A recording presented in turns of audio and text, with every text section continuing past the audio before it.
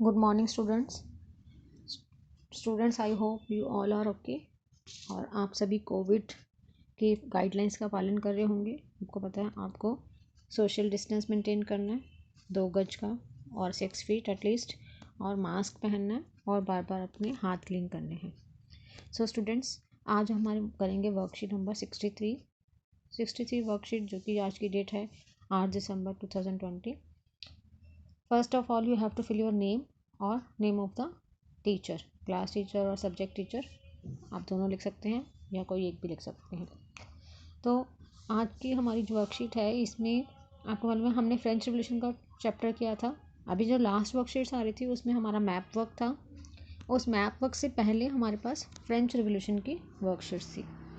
तो French revolution और हमने पहले चैप्टर इसको पहले भी डिस्कस कर लिया, इसकी हमने बहुत सारी वीडियोज़ भी देखी हैं।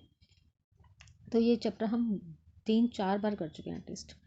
तो इस चैप्टर से रिलेटेड अब आपके पास क्वेश्चन आंसर आए हैं और ये क्वेश्चन आंसर आपको फिल करने हैं। थोड़ा सा मैं आपको हिंट दे देती हूँ, बाकी आप इसको आज कंप्लीट करके नोट डाउन करके भेज दीजिएगा। आज ये वर्कशीट हम हिंदी मीडियम और इंग्लिश मीडियम दोनों डिस्कस करेंगे।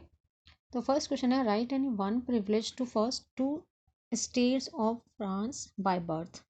तो जो फ्रांस के 2 स्टेट्स है, आपको पता है फ्रांस 3 स्टेट्स में बटा हुआ था। First state, second state and third state. First state clergy, फिर नोबल्स एंड फिर कॉमन पीपल। तो इसको अगर हम हिंदी में देखें तो देखिए, फ्रांस के प्रथम 2 स्टेट्स को जन्म से मिलने वाला कोई एक विशेषाधिकार लिखना है। तो इन दोनों स्टेट्स को, क्लर्जी और नोबल्स, इन्हीं को स्पेशल राइट्स मिले हुए थे, स्पेशल अधिकार मिले हुए थे, प्रिविलेजेस कहते हैं जिसको, या राइट्स कहते हैं स्पेशल। तो इन्हें क्या मिला हुआ था? एक तो इनको यही मिला हुआ था कि इनको टैक्स पे नहीं करना, और बाय बर्थ में भी आप देखो जो क्लर्जी ग्रुप में है वो बाय बर्थ ही वो सारे राइट्स या प्रिविलेजेस वो उसको एंजॉय करेंगे। सेकंड क्वेश्चन है, why was the treasury empty when Louis 16 sworn in as a king of France. जब लुई 16 फ्रांस का किंग बना, जब लुई 16 राजा बना, तो उस वक्त राजकोष क्यों खाली था? कोई एक कारण, कोई एक रीज़न लिखना है आपको। तो आप ये बहुत सारे स्टार्टिंग में ही आपको बहुत सारे रीजन दिए हुए हैं इसके, कि एक तो इनका जो रहन सहन था, अपनी मेंटेनेंस का, अपने ऐशो आराम का, उसके लिए भी इनका बहुत खर्चा होता था। ऊपर से जो पहले वॉर हुआ आपस में इनकी, तो उसकी वजह से भी खाली हो गया इनका खजाना। इनके ऊपर बहुत सारा कर्जा था जब लुई 16 राजा बना। तो आप कोई एक लिख सकते हैं। नेक्स्ट क्वेश्चन है, fill in the blanks. French ruler dash for the war at Waterloo in 1815। कौन सा रूलर था जिसके 1815 में वाटरलू में वॉर हुआ या युद्ध हुआ? फ्रांस के राजा डैश ने वाटरलू का युद्ध 1815 में लड़ा। तो कौन सा था ये राजा? Napoleon. Fill in the blanks. Next question, the fortress of dash was stood for despotic power of the king. France में डैश का किला सम्राट की निरंकुश शक्तियों का प्रतीक था। अब इसका आंसर आप खुद लिखेंगे, बहुत स्टार्टिंग में ही दिया हुआ है कि कौन से किले, जब चैप्टर स्टार्ट होता है तभी लिखा है आपके सामने कि कौन से किले को सब लोगों ने घेर लिया था और फिर राजा को बंदी बना लिया था। तो आप बहुत लिखेंगे इसका answer. Next, correct and re right the following statement on the basis of historical facts. कि ये जो स्टेटमेंट्स दी हुई हैं ये रॉन्ग है, आपको करेक्ट करनी है इनको। Louis 16 was the king of पाला डायनेस्टी। कि लुई 16 पाला इस डायनेस्टी का राजा था, तो ये गलत है ना। लुई 16 पाला का नहीं था राजा। लुई 16 कौन से वंश का राजा था? इन्होंने यहाँ पे हिंदी में लिखा हुआ है चोल वंश का राजा था, तो ये गलत है। आंसर है लुई 16 बूर्बो वंश का राजा था। तो Louis 16 was the king of Bourbon dynasty. Next, the clergy were in the third state. Clergy third state में थे? नो। इसको आप 2 तरीके से ठीक कर सकते हैं। तो आपके पास है कि चर्च के पादरी फ्रांस के 3 स्टेट में आते थे। तो आप इस स्टेटमेंट को 2 तरह से लिख सकते हैं। या तो ऐसे लिख सकते हैं कि फ्रांस के आम जनता 3 स्टेट में आती थी, या फिर आप ऐसे भी लिख सकते हैं चर्च के पादरी प्रथम स्टेट में आते थे। तो कैसे लिखेंगे इंग्लिश में? The clergy were in the first state, और you can write the common people were in the third state. मतलब आप किसी भी तरीके से इसको करेक्ट कर सकते हैं बस।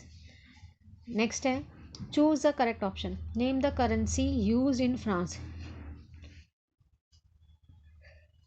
सॉरी, मैंने आपको ये क्वेश्चन टेस्ट में भी दिया था जब आपका टेस्ट हुआ था, क्लास प्रैक्टिस टेस्ट।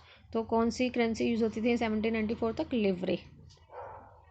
हिंदी में देखिए कि फ्रांस में 1794 तक चलने वाली मुद्रा का क्या नाम था? सॉरी, तो इसका आंसर है लिवरे। आपको नेक्स्ट फिर 8th क्वेश्चन में भी सिलेक्ट करना है राइट ऑप्शन। वो abolish the rule of directory in France. Directory किसने अबॉलिश की? तो इसका आंसर नेपोलियन आएगा। नेक्स्ट, नीचे दिए गए प्रश्न में एक कथन, मतलब एक ए दिया हुआ है पार्ट और एक आर दिया हुआ है, एक असर्शन और एक उसका रीज़न। तो आपको दोनों पढ़ने हैं, फिर ऑप्शन आंसर सही वाला ऑप्शन बताना है। तो in the question given below there are two statements, assertion and reasoning. Read the statement and choose the correct option.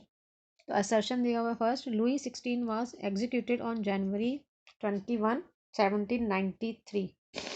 He was sentenced to death charge of treason.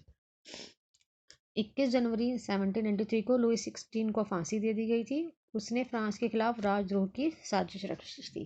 तो ये दोनों ही सही हैं। स्टेटमेंट ए भी ठीक है, स्टेटमेंट आर भी ठीक है। तो इसमें ऑप्शन कौन सा आएगा? Both A and R true and R is the correct explanation. तो ये फर्स्ट ए वाला ठीक आएगा।